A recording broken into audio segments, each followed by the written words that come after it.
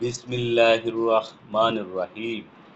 সূরা আল মুমিন, বাংলা অনুবাদ ৫১ আয়াত থেকে। আমি সাহায্য করব রসূলগণকে ও মুমিনগণকে পার্থিব জীবনে ও সাক্ষীদের দণ্ডায়মান হওয়ার দিবসে। সেদিন জালেমদের ওজর আপত্তি কোনো উপকারে আসবে না। তাদের জন্য থাকবে অভিশাপ এবং তাদের জন্য থাকবে মন্দ গৃহ। নিশ্চয় আমি মূসাকে হেদায়েত দান করেছিলাম এবং বনী ইসরায়েলকে কিতাবের উত্তরাধিকারী করেছিলাম, বুদ্ধিমানদের জন্য উপদেশ ও হেদায়েত স্বরূপ। অতএব আপনি সবর করুন, নিশ্চয়ই আল্লাহর ওয়াদা সত্য। আপনি আপনার গুনাহের জন্য ক্ষমা প্রার্থনা করুন এবং সকাল সন্ধ্যায় আপনার পালনকর্তার প্রশংসা সহ পবিত্রতা বর্ণনা করুন। নিশ্চয় যারা আল্লাহর আয়াত সম্পর্কে বিতর্ক করে, তাদের কাছে আগত কোনো দলিল বেঁধে রেখে তাদের অন্তরে আছে কেবল আত্মম্বরিতা এবং যা অর্জনে তারা সফল হবে না।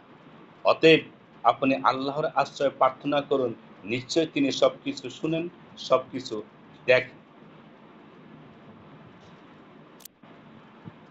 মানুষের সৃষ্টি অপেক্ষা নবমণ্ডল ও ভূমণ্ডলের সৃষ্টি কঠিনতর, কিন্তু অধিকাংশ মানুষ বুঝে না।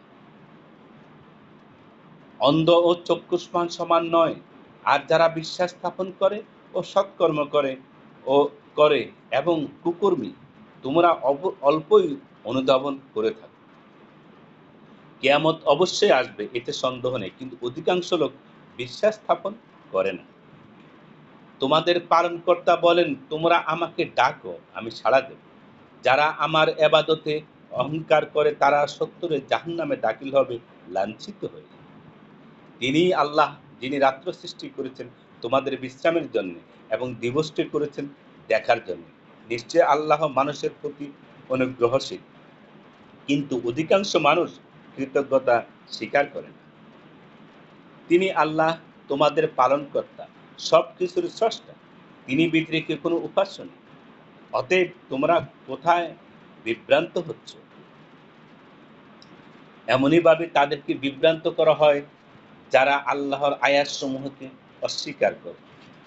আল্লাহ পৃথিবীকে করেছেন তোমাদের জন্য বাসস্থান, আকাশে করেছেন ছাদ, এবং তিনি তোমাদেরকে আকৃতি দান করেছেন, অতঃপর তোমাদের আকৃতি সুন্দর করেছেন, এবং তিনি তোমাদেরকে দান করেছেন পরিচ্ছন্ন রিজিক।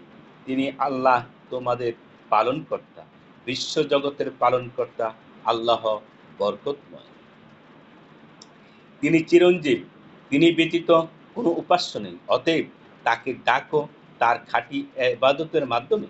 সমস্ত প্রশংসা বিশ্বজগতের পালনকর্তা আল্লাহ। বলুন, যখন আমার কাছে আমার পালনকর্তার পক্ষ থেকে স্পষ্ট প্রমাণাদি এসে গেছে, তখন আল্লাহ ব্যতীত তোমরা যার পূজা করো তার ইবাদত করতে আমাকে নিষেধ করা হয়েছে। আমাকে আদেশ করা হয়েছে যে বিশ্ব পালনকর্তার অনুগত থাকতে।